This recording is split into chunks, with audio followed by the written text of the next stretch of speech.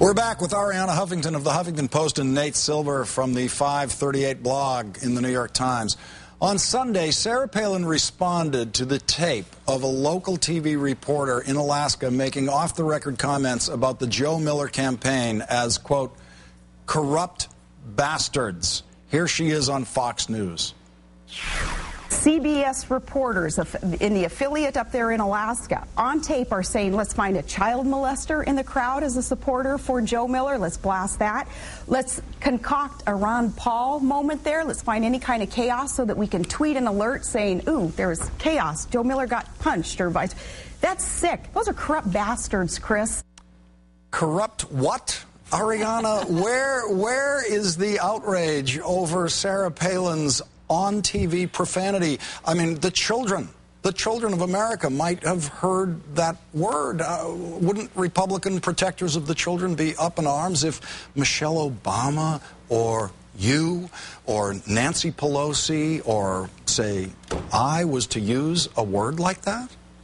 You know what? I think she has not watched Jon Stewart's speech yet.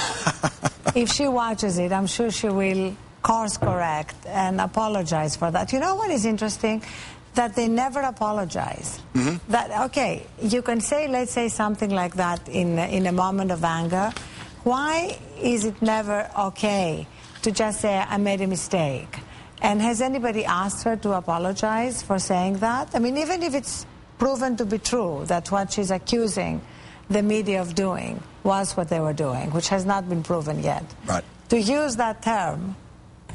Well, you know, Democrats are a little bit better at apologizing and quicker. Barack Obama said something this weekend that he's now backed off of. Let's listen to what the president had to say.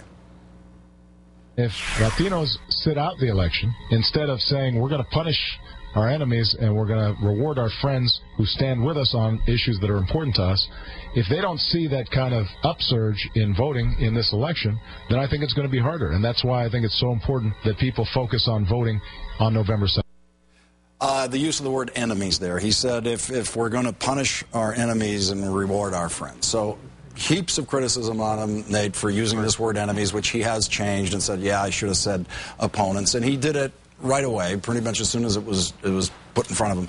That's not the Palin mode. The Palin mode is to either not respond or defensively rationalize why she's done what she's done. But there's no one asking her to adjust her language on this bastard's accusation. Well, I think she plays by her own set of rules, and sometimes there are double standards that cut both ways against her, where she will get criticism for things that other politicians might not. But on the other hand, you know, she can say something like that, and it kind of, you know, people brush it off and say that's just kind of Sarah being Sarah. I mean, I do think that she risks, I mean, her approval ratings are not high among the kind of broader electorate, and I think now if she's too abrasive, she risks, you know, maybe losing support within the Republican community, where now, you know, 40% of Republicans think she's not qualified to be president. If those numbers get much higher, she can't really win a contested primary. So, you know, this would be a time when she'll have a lot of successes, candidates she endorsed tomorrow, but, you know, if I were advising her, I would say, you know, cool it down a little bit. Let's kind of ease into Iowa and New Hampshire next year. Arianna, the bright spots for Democrats seem to be state houses, governorships. Big win coming in New York. Obviously, looks like California, our state where we live,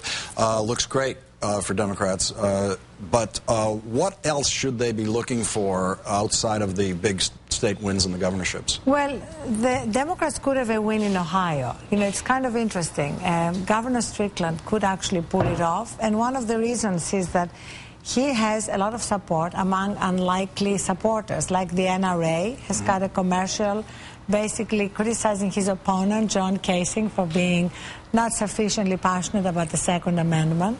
So for that reason and a few others, he might actually pull it off. That would be an upset. Wish we had more time. Arianna Huffington of the Huffington Post, Nate Silver of the blog 538 at the New York Times. Thank you both for your time tonight.